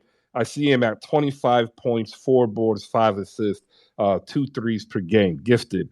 Colin Sexton, what do you got? I love that for Sexton. For me personally, in the context of the Cavs team, I looked at him as a 6-man type of role. But let's not make any mistake about it. The last time he played, he averaged 24 points, which to do that in the NBA in general is just hard. But his spacing was the real deal. His shot creation was real. And the last performance I remember from Sexton before he got hurt, remember, like Chris said, they played the Brooklyn Nets, and Sexton was giving everybody buckets. Kevin Durant, Kyrie Irving, no one could really guard him on that floor. So I think him going to Utah, he's going to be featured a lot more to score his baskets and get his points up. And I think he's happy about his contract because if you're injured and you sign the qualifying offer and you get injured again, you could lose out on millions and millions of dollars. So to get that 4-year guarantee to where during this 4 years you have a chance to be featured, put up your points, prove your worth, that can secure him a longer term contract after this contract. So I'm happy for him because initially I thought he was going to get shafted and would have to play on that 4 to 5 million qualifying. But now that he has a full term contract, I think he's going to be motivated. And again, being traded to a situation like this where Sexton is probably their best player, he is going to be able to really make mistakes and learn and become a better basketball player. So I'm happy for him. All right, there you go. And that's just a sample of what you get when you come into the locker room on Wednesdays with Gifted X Blade and Derek Stein. Derek Stein, also host of the Not Just Dribble pod. Can't wait for season 2 of that to come out. You guys are going to enjoy it. All right, appreciate it, Gifted. What do you want to add on before we get your last take of the day? Yeah. Biggest thing, make sure to follow at NBA Film Spaces. I host the Sunday spaces off of this account. I've been trying to get the locker room account to 1,000, and once that happens, every space will be hosted from that account. Just because the algorithm treats it differently, so follow that. And if you're looking for an example of what the film threads look like, pinned at the top is our most recent thread about Garland. We were doing it all off season about classic NBA playoff games and player profiles in general. I'm pretty sure our next profile was going to be John Morant, but because of the Donovan Mitchell trade, we'll probably focus on how Donovan and Garland can fit together on the basketball court. Those come out on Wednesdays, so make sure to tap in at NBA Film Spaces. And Chris, we really appreciate it because during the season, we're going to be able to break down live games because I have League Pass. So I'm going to go back through the tape and we'll have constant updates throughout the season. So appreciate you, Chris. Absolutely. It's going to be a good season here on Hoop Spaces with content creators like Gifted X Blade giving you what you want, the coverage that you crave for. And I want to give a shout out to Nick Wright, ladies and gentlemen. I don't really particularly care about the pontification, but I just have to say something about his freedom to turn himself into like the perfect Nicolas Cage, Keanu Reeves hybrid is absolutely phenomenal. We should all give him a round of applause as he's become the John Wick of sports talk. That's hilarious. Unbelievable. I'm looking at him right now, and it's a dead ringer for like a guy who's a stunt double. Shout out to Nick Wright. Rolo, give us your last take, and then we got Micah and T Rexy up here, and then we'll get a quick reset and we'll get out the door with some news and notes from the NBA. Go ahead, Rolo. Well, y'all pretty much said a lot of it with the trade and everything like that. I just think that we are ready for one of the best seasons in the NBA in a long time. I mean, I think that's what we're geared up for. I mean, it's gonna be great to watch it. You know, however you watch it. You know, I know some people that do the back channel. I ain't not. Don't come at me. But you got some back channel. You do your NBA League Pass if you want to. That's on you. But Oh no, Jesse Rolo, I'm coming from the back channel. So okay. Just making sure. You know, mean. I don't want nobody. I don't know who listening. You know what I'm saying? I'm trying to keep it clean. I don't want them to start finding out where it's at. Start shutting us down. You know what I mean? But anyways, just want to tell y'all this should be one of the greatest NBA seasons in a long time. I can't wait to watch, man. That's all I got to say, Chris. All right, appreciate it, Rolo. All right, a stalwart in Nets Twitter, a voice that has to be heard anytime that the Nets are up on discussion. That's T Rexy. We also have Micah Clark. Micah was here first, so we'll go to Micah. MFF, L for life, and G's. Like this is how. Well, you know what? I'm not going to talk about another person's money. We just know that the Mavs need another hashtag. This MFFL thing, it needs to die. It needs to go away. Micah, good morning. How you doing? I'm good, man. Yeah, it needs to die. It is outdated, but hell, look at our admin, man. They look like they're targeting the Golden Girls with some of their tweets. But anyways, but not as far as the trade, I like it. I really like it for the Cavs because, like, the only two teams where I would have liked to see Donovan going to was either Miami or the Cavs because let's just be real, he's a weak defender. But when you got elite defenders like Mobley and Jared Allen, then you can kind of cover that up more. Like I don't think that they could cover it up, and they couldn't cover it up in Utah even with Rudy. Like, come on, Royce, you ain't locking nobody down. Stop it. I watched you get cooked for 14 games straight. But anyways, I like it for them, but I'm still confused about for Utah. Like, it's just weird because, yeah, I think they're going to be bad, but I don't know if they're bottom five bad. And I don't think you're getting a player to build your franchise around outside of the top five picks.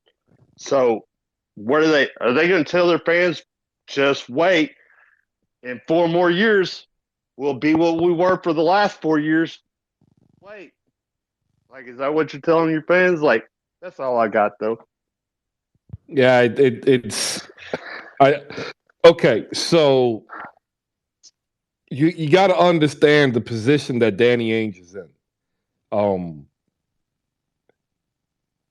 when he was essentially forced out of Boston, and this opportunity happened, which, by the way, the majority of us thought the opportunity was going to come via Portland. He chose this opportunity because he knew for a fact he would have complete autonomy. So you got to understand that, yes, that's exactly what he's going to tell these fans. He's going to tell these fans, hey, I love Donovan Mitchell as a player, but he didn't want to be here. We got guys who want to be here. They want to play for us. They want to play for you. And now we're going to be able to rebuild, and we'll rebuild it right with people who want to be here. And that's the reset that he sells. And they will eat it up like mayonnaise on white bread with bacon, lettuce, and tomato.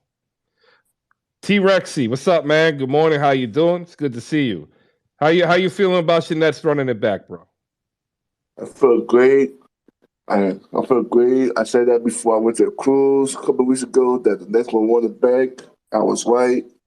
Let's do it. Let's begin. Let's start with the season with no distractions. As for before I say that, calling them cruise is a fun place. Bring a lot of money, you gonna have a good time. As for the Bucks, I mean not the Bucks. At the trade, I feel like the Cavaliers is a good trade for either side because Cavaliers they got a lot of forwards with Marketing, Kevin Love, and Mobley. And I think that I feel like the Cavs want Mobley to grow a little bit more.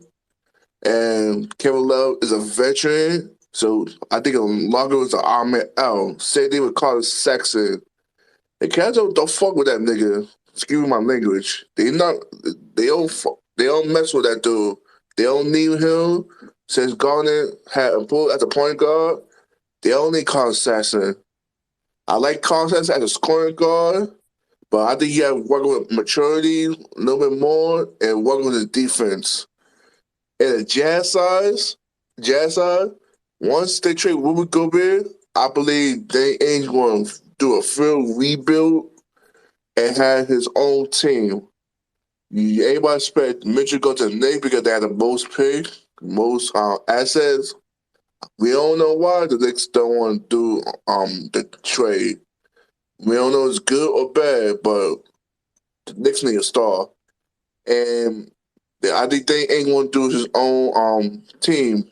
I expect Barnes to get traded. I expect Mark Cunning to get traded. I expect Jordan Clarkson to get traded too.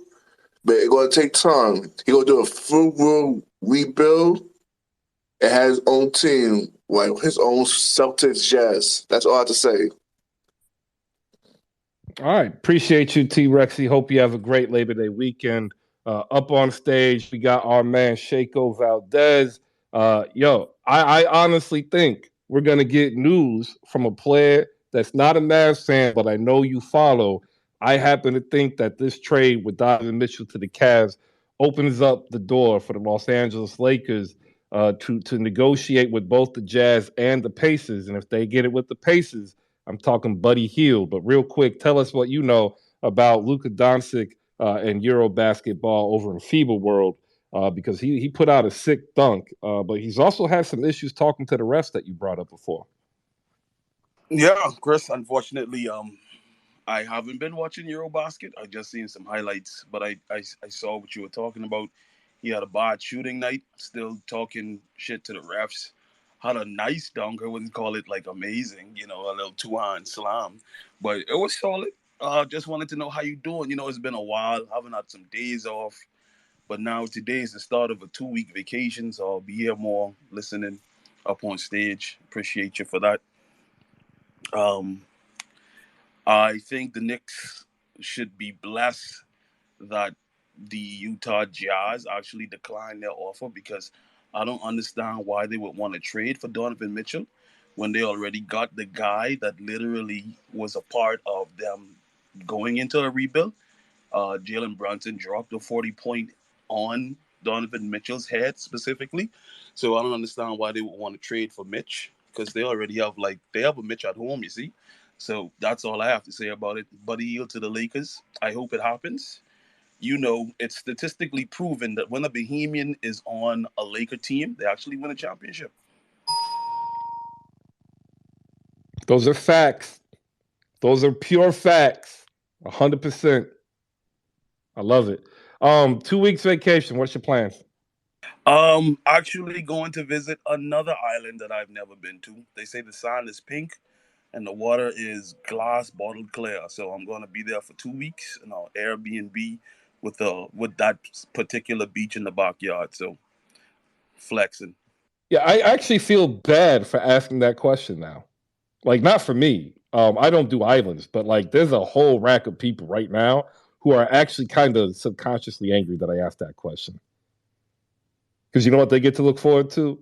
They get to look forward to spooling a weed whacker. Hey, Yeah. listen. But yeah, the trade for the Cavs, I don't know. I think it puts them around fifth, sixth seed, two undersized guards. I don't know how reputable a defender Isaac Okoro is. But they do have Evan Mobley and Jared Allen in the front court to, help with defensive issues. But we'll just see how it goes. Karis LeVert is a very herky-jerky guard. Doesn't defend too well, doesn't shoot the ball too well. But we'll see how it goes. The best spot court in the East? Not so much. Herky jerky. I love it. All right. Appreciate it, Shaco. Up next, we're going to get ready to close out. We got one more voice who wants to say something, and then I'll talk with Pickup Card Game. And then we're going to get ready to have a good long weekend, ladies and gentlemen. But up on stage, we have Tony Vega, ladies and gentlemen, Laker fan, and one of the best of the Lazy Engineer clubs. If you don't know, then you don't know a lot of engineers, because they do a good job of creating components to make it look like they're super busy. But really what they're doing is they're sitting down playing solitaire on an old Microsoft computer. Tony, good morning. How you doing? Thank you, man. Thank you for having me. Solitaire, you got me there. Yeah, man. As a Laker fan, Danny Ainge kind of strikes again against the Lakers, because honestly, it's gonna be interesting, man. It's I don't know. I just wanted to vent a little. Say hi. Cavs trade looks amazing for the Cavs. That was out of the left field. Props to them. I honestly don't know what the Knicks were thinking, but hey, Cavs went in. They got their man, and honestly, I hope Utah. I think Utah's banking on 2025 or something like that, or 2026. I think 3 years from now to have the Cavs tank or something, because those picks, they're decent. There's a decent haul, but technically they're banking on uh probably Donovan Mitchell leaving, but maybe not. Anyway, thank you for having me. I just wanted to vent, and let's see what the Lakers are doing, because I honestly think they may just roll it back with Russ at this point. So who knows? Well, if they do, there'll be a whole bunch of us who will be smiling internally as we watch the Lakers fans struggle through another season. Oh yeah, it's gonna be it's gonna be another hellish season, that's for sure. If it's not gonna be the media, it's gonna be every other fan just laughing at us. But it is what it is at this point. I don't see a path where the Lakers are a contender necessarily with the package available, or at least everybody wants to fleece them. So I think that's the mood that this offseason is. Let's fleece the Lakers. But anyways, thank you for having me. Absolutely. You're absolutely welcome. All right, there is going to be a season-long battle, ladies and gentlemen, between several players. Okay, I'm going to give you a hint. One of the players is Luke Cornett. That is right, ladies and gentlemen. I have devised a game of sorts, some entertainment for you for season 2. And I'm going to give you another hint. Frank Kaminsky is going to be in this group as well. That's right. We're talking about the All Elite Third Center Club. Frank Kaminsky signing a veteran minimum deal with Atlanta. We're going to have some hijinks and hilarity, hoping that we get a one-on-one matchup so we can get some film on that and have some good laughs here. All right, getting ready to close out for the weekend. We will not be here Monday morning. I forgot it is Labor Day. Despite the WNBA being on Sunday, I actually will be in a car driving home. So yeah, won't be here Monday. However, I do want to tell you that you should take the time to go back and listen to the rewind. This past episode, they had Jeff Pearlman, and they did a fantastic job going over the complexity of the relationship of Kobe, Shaq, and Phil Jackson. It's worth the listen. It's living history. So check it out. The Rewind, hosted by Malika Walker. And then look out for NBA Film Spaces as the locker room gets ready to gear up for season 2. All right. Shout out to those down below who always make it a part of the day to come in here. We thank you, because without you, we wouldn't be here. But I do want to give a shout out to one person. Last year in July, I had to make a decision on what I was going to do with this. I had moved from Clubhouse. I brought some people I'd met on Clubhouse, and there was an opportunity to create something here. But that didn't come without a cost, right? A personal sacrifice of a choice to do something different. And I want to shout out my man, Tony, Mr. Anthony and the Bad Takers, for taking the leap of faith and building what he wants for him, just like the entrepreneurial person to the right of me, the pickup card game. And so I just want to let him know that I am pulling for him if I can help in any way. I am here for Mr. Anthony and the Bad Takers.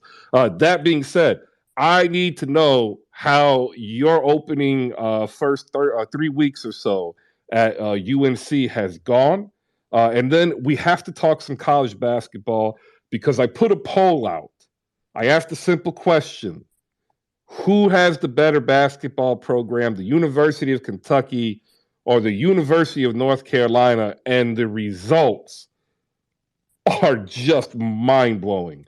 How's school? And then let me pull this tweet up here so people can see what I'm talking about.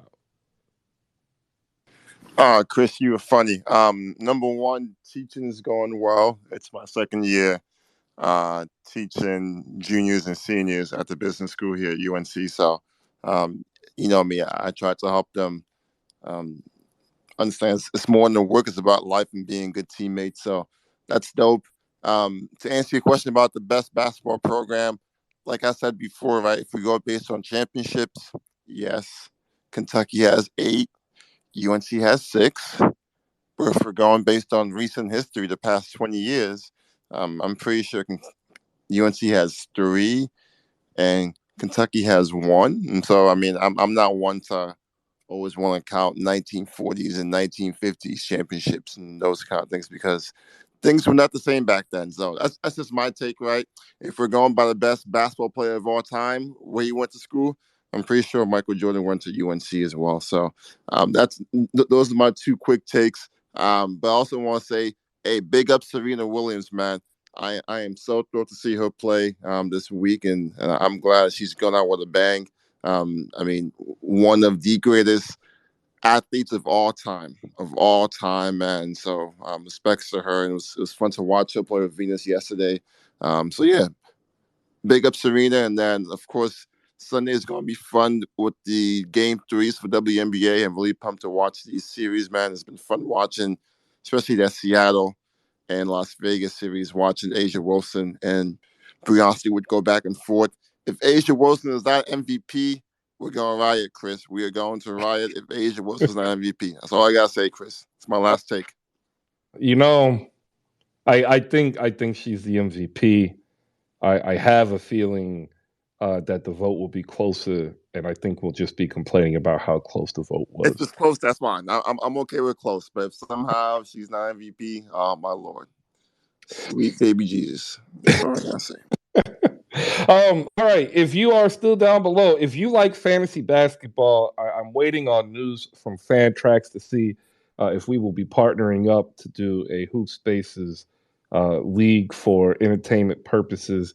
If you don't know, Fantrax is a hosting platform for fantasy sports. It's the only one I use. I haven't used any of the other ones because, like, comparatively, um, they're weak sauce. So yeah, if you're interested, next week sometime I'm gonna give some more information. And I just want to let you know, last year I decimated everybody. The only person who was left was Who Spaces Ryan. He thought he had a chance, and I'm just sitting here like, bro, like you don't. But good try. So if you like fantasy basketball and you've never been part of a in-depth salary league, look out for next week. I know you. She will definitely going to be a Oh part. yeah. Oh yeah. Oh yeah. Oh yeah. Say less. Say less, Chris. Say less. I can't wait to see how bad you lose by. It's going to be amazing. All right. That's it. Keep on the lookout. Utah's probably making one or two more moves. They have too many contracts, and there are people who are needing some vets. So look for Utah to get an additional 2 to 4 draft picks out of various trades coming up before training camp, especially if there's an injury, which we all cross our fingers doesn't happen. 2 weeks, ladies and gentlemen, till camp opens up. 3.5 weeks until the first preseason game. And, if you're out on your bike, as Tony Kornheiser would say, do wear white so you don't get hit because it's crazy out here on those Twitter streets. Appreciate it. See you Tuesday, 10 a.m. Put the music back on. Big news. We had another famous guest in today. Shout out to Jalen and Jacoby Show. Appreciate you guys stopping by and making part of your day here, part of Hoop Spaces. Just like Kent, our DJ, or the 3 Point Pod Thorne, Xavier, Comet, the Batman Burner, Warren from day one, Nightingale, JFK, Santa Rosa, Zach, Shaco, Logan the Foot, Carlita, Chase, Dre, what's up? Have a good weekend. Let's go, Serena. I think she wins, dude. Not gonna lie. Let's go.